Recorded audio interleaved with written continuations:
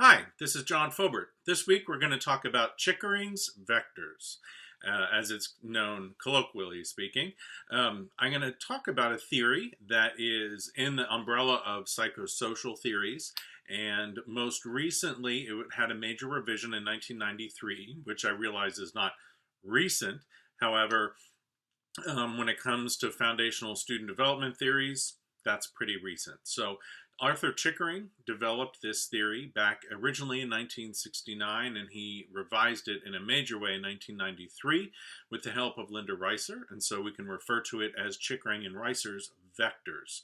And as you read about Chickering's vectors, you'll learn lots of things about um, college students and lots of things about how they develop in a psychosocial sense. But I wanted you to know a little bit about the theorist as well, Arthur Chickering. So, a little trivia question, and I realize this is real high tech, but what do you think his wife called him? These are many different options that she could have chosen from. So Arthur, Art, Artie, Chick, Chicky, Chicky Poo, Pooh Bear, and Chickering Ring. Which one do you think his wife called him? I will give you the answer. It is Chick. Apparently, Chick was his nickname. So, a little bit of trivia on him. How do you think Chickering would have liked his pancakes?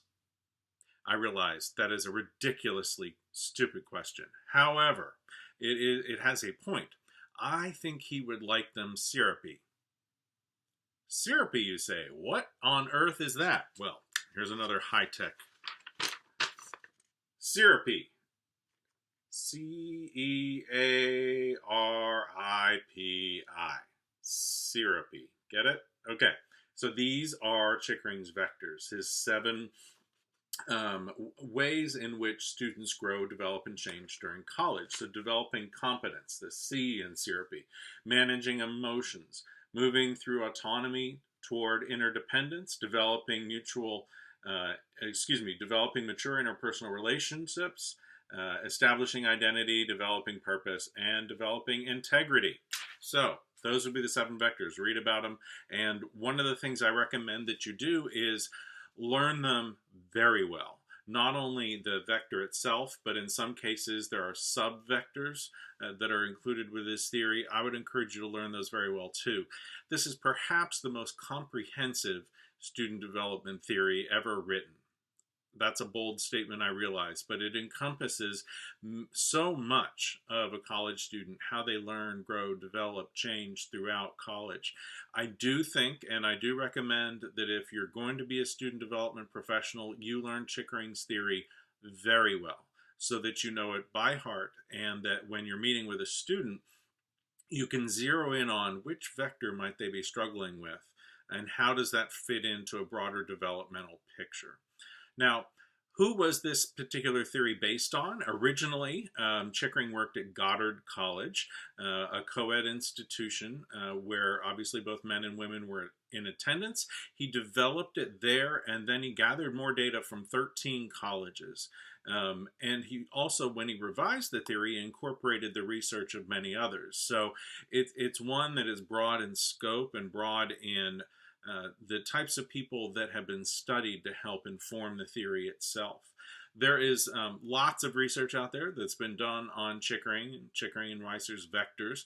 There are 3 points that I want to emphasize to you on how things have been researched on his theory, and I think going beyond the theory, how research has then informed its construction. So first is there tends to be a difference between men and women in the order of Chickering and Reisser's third and fourth vectors. So the third vector, if we go back to this really complex chart here, the third vector being, I can even hold it right side up, being moving through autonomy towards interdependence, and the fourth one developing mature interpersonal relationships. One of the things that research has shown is that women tend to go through vector 4 before vector 3. Men tend to go through vector 3 before they go through vector 4. So for men, they tend to need to establish some autonomy, sense of themselves, As they move towards interdependence with others, then they're ready for a mature interpersonal relationship. Women, generally speaking, tend to find themselves in relationship before they can move to figure out who they are, autonomy, and then develop interdependent relationships with others. So an interesting bit of research there.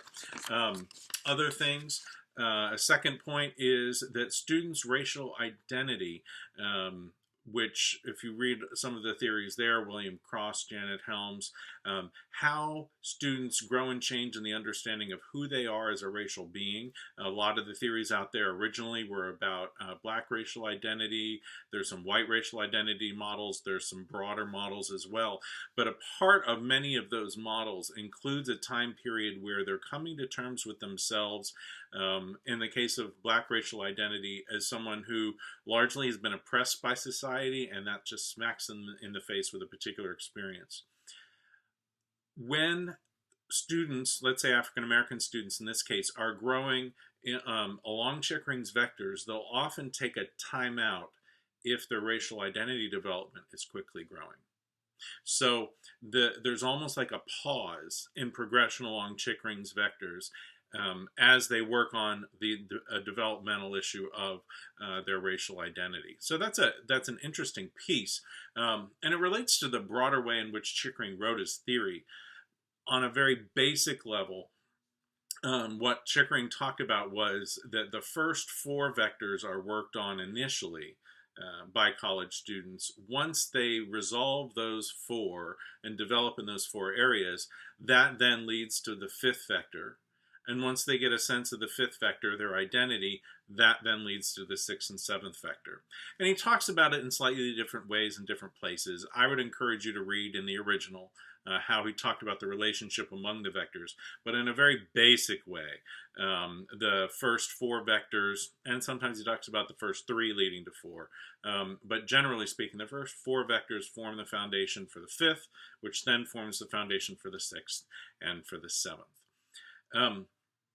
Now, that then leads to my last point, and that is a study that I did and published in 2005 in the Journal of College Student Development about really what happens with that ordering of vectors. And it's from a data set that was a longitudinal data set following students over the course of their college career, and assessing their development at the beginning of their first year, their end of their second year, and the end of their 4th year. So followed them at key points in the beginning and the end and the middle of college. And a few things we found in that study that I'll highlight. First, we did find that college students advanced in their development throughout their college career. So that's one way of validating his theory. In fact, students did advance in those different areas. But against the theory, one of the things we found is that vector 6, which would be developing purpose, first-year students developed in that area significantly. So it kind of undermines Chickering Reisser's argument that you have to develop in the first 4 and then to 5 and then on to 6 and 7. In fact, it does appear that that students develop along all of the vectors. Perhaps even not necessarily simultaneously, but they're able to develop in the final vectors in the model and as much as they're able to develop in the initial vectors at an earlier point in time. So the way that I think about Chickering's vectors is really like an abacus. And if you Google an abacus or whatever, if you need to know what that is, it's an older tool that was used for counting, but it has these rings that go up and down on these small little poles, and you can move several up in one area, then you can move several down in another, and you can move them all over. Well, I think of Chickering Reisser's theory like 7 levels in an abacus, and sometimes you move up some in one, and then you take a break and you move up in another, and that really encompasses their theory, and you can move up on any of them at any given point in time, usually spurred by some environmental stimulus. So we also, I would say, in the study that we did and published in 2005, we did find a very large gender difference in developing mature interpersonal relationships. And we found that women had much more mature interpersonal relationships than men did. And that wasn't too overwhelmingly surprising given prior research, but it is something that's worth noting. And when we dug into that issue a little bit further, we wanted to know what is it about women's relationships that are more mature? Is there one particular area in which they're more mature? And there was. There's a subgroup of characteristics in mature and interpersonal relationships called tolerance. So how well do you accept people that are different from you? Women off the charts were stronger in that area than men. So I think that's an important lesson for us to learn, to the extent that it can be generalized, because there's one study, one campus, but that you might look as you're working as a student development professional for areas in which your male students might be able to develop greater tolerance in some areas, or explore areas in which they're intolerant. Now, of course, there's some things we should all be intolerant of. Murder, for one. We should be intolerant of that. But I'm talking about just basic human differences. So whether they're tolerant and understanding of people who just have different characteristics than they do. Do they prejudge them, and do they say, ooh, that person's like this, therefore they're wrong, or that person is different from me, therefore I might learn from them. So just something to think about. Chickering and Reisser do have, I think, a wonderful theory for us to learn from. Is it perfect? No. Is it helpful? Absolutely. I encourage you to use it.